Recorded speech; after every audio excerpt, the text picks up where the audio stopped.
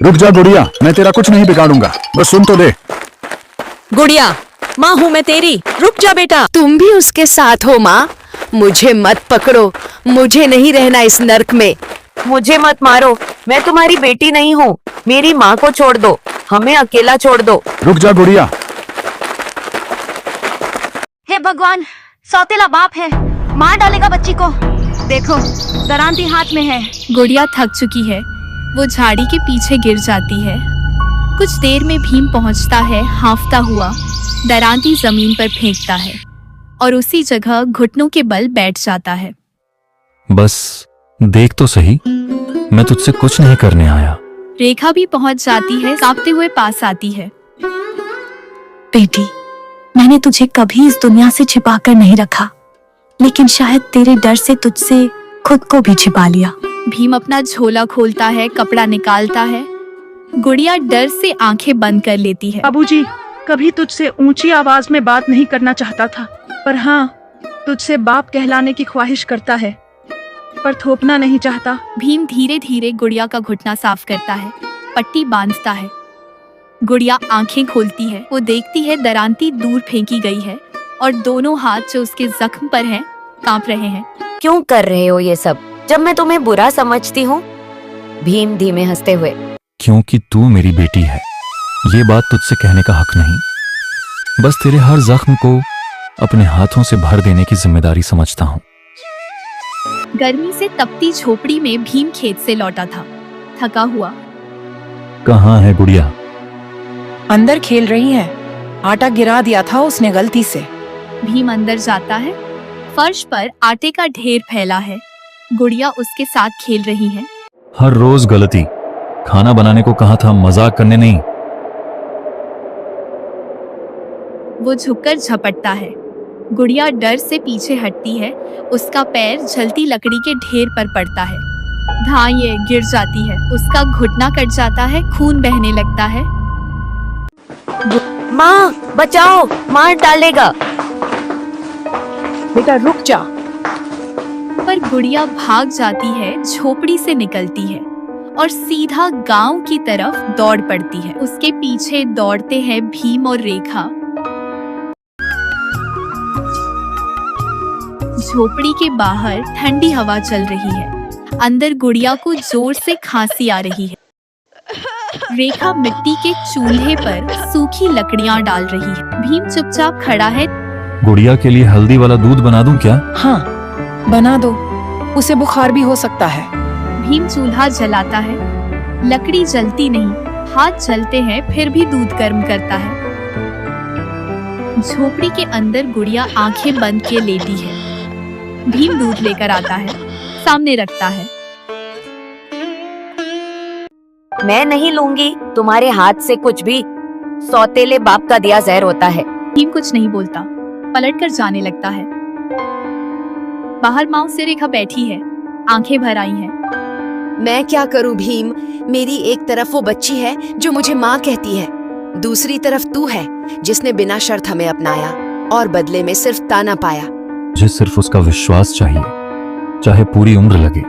ये सब सुन रही थी चुपचाप। उसकी आंखों में आंसू है, पर वो पलटती नहीं। उसे महसूस हो रहा है कोई है जो चुपचाप उसके लिए जल रहा है, लेकिन खुद को साबित करने की जिद में कुछ कह नहीं पा रहा। गांव के हर कोने से लोग आ रहे हैं, बच्चे गुब्बारे खरीद रहे हैं, चाट की दुकानों पर भीड़ है, झूले घूम रहे हैं। भीम पसीने से भीगा हुआ खेत से लौटकर सीधा घर आता है। हाथ में एक पुराना बटुआ, उसमें है बस 30 रुपए और आंखों में एक सपना, गुड़िया मुस्कुराए। झोपड़ी के बाहर रेखा साड़ी सुखा रही है। आज मेला है, गुड़िया को ले चलूं? पता नहीं मानेगी या नहीं, लेकिन कोशिश कर लो। भीम अंदर आता है, हाथ में बेसन की बर्फी और लकड़ी की छोटी सी चूड़ी। देख, तेरे लिए मेले से लाया हूँ, बस 2 रुपए की थी, पर चमकती खूब है। माँ, इसने मुझे 2 रुपए की चीज ला कर दी है। मैं भीख नहीं लेती। सब कहते हैं सौतेले बाप चीजें देकर दिल जीतते हैं, पर मैं बिकाऊ नहीं। हाथ कांपते हैं, मिठाई और चूड़ी जमीन पर गिरती है। वो झुककर उठाता भी नहीं, बस बाहर चला जाता है। रात गांव का मेला, अकेला भीम एक कोने में बैठा है। लोग हंसते हैं, बच्चे झूला झूलते हैं और वह सिर्फ चुपचाप देखता है। काश उसे समझ आ पाता कि प्यार कभी खरीदा नहीं जाता। मैं बाप बनना चाहता हूँ, मालिक नहीं। गुड़िया, वो आदमी क्यों सहता है सब कुछ तेरे लिए, तेरी हंसी के लिए? वो हर रोज अपनी औकात से ऊपर जीता है। तो फिर वो मेरी मुझसे पूछे बिना मेरे पापा क्यों बन गया? रेखा चुप हो जाती है। झोपड़ी की छत से पानी टपक रहा है। चारों तरफ घुप अंधेरा है। भीम एक कोने में बैठा है, थका हुआ और जाग रहा है। रेखा चिंता में है और गुड़िया बिस्तर पर कांप रही है। बुखार कम नहीं हो रहा। माँ, माँ, ठंड लग रही है। मैं हूँ बेटा, मैं हूँ। बस दवा लेकर आते हैं। भीम बिना कुछ कहे उठता है। बाहर कीचड़ और बारिश के साथ सीधे नंगे पैर दवाखाने की ओर भागता है। भीम पूरी रात बाहर भीगता है। उसके पास छाता नहीं, पैसे कम है, लेकिन वो किसी तरह डॉक्टर को मनाता है, उधारी पर दवा लाता है। हर बार बोलता है उधार में। किसके लिए इतना मर रहा है? अपनी बेटी के लिए। भीम वापस आता है। बालों से पानी टपक रहा है। कपड़े भीग चुके हैं। हाथ कांप रहे हैं। भीग गया तू? बुखार तुझे हो जाएगा। कोई बात नहीं, उसका बुखार उतरना चाहिए, मेरा नहीं। वो खुद गुड़िया के सिर के नीचे तकिया ठीक करता है और सिर सहलाता है। गुड़िया की बंद आंखों से एक आंसू बह जाता है। वो कुछ नहीं कहती, पर पहली बार उसका हाथ खुद से उठकर भीम के हाथ पर टिक जाता है। शायद आज पहली बार उसने मुझे छूने दिया है। शायद अब मेरी छाया को शरण मिलने लगी है। गुड़िया की आंखें खुलती हैं। उसका सिर किसी की गोद में है। जब वो ऊपर देखती है तो वहां भीम बैठा है, आंखें बंद, सिर दीवार से टेका हुआ। पूरी रात वहीं बैठा रहा। माँ, मैं हूं। तू ठीक है ना गुड़िया? गुड़िया कुछ नहीं कहती, बस पहली बार चुपचाप उसका हाथ थाम लेती है। भीम की आंखों से एक बूंद आंसू गाल पर गिरता है, लेकिन वो जल्दी से मुंह मोड़ लेता है ताकि कोई देख न ले। गुड़िया अब पूरी तरह ठीक हो चुकी है। मौसम साफ है। गांव में रंग बिरंगा मेला लगा है। बच्चे झूला झूल रहे हैं। भीम, जल्दी चलो। गुड़िया बोल रही है कि उसे मेला देखना है। भीम, गुड़िया? उसने खुद कहा? हाँ, पहली बार उसने कुछ मांगा है, सिर्फ तुमसे। गुड़िया भीड़ में भीम का हाथ पकड़े चल रही है, छोटी सी, नजरें झूलों पर टिकी, लेकिन हाथ की पकड़ एकदम मजबूत। आज तुम मेरे साथ रहोगे ना पूरे टाइम? बीच में कहीं नहीं जाओगे ना? जब तक मेरी सांस चलेगी मैं तुझसे पहले नहीं जाऊंगा। भीड़ में अचानक धक्का मुक्की होती है। एक झूला टूट जाता है और बच्चे डर के मारे भागते हैं।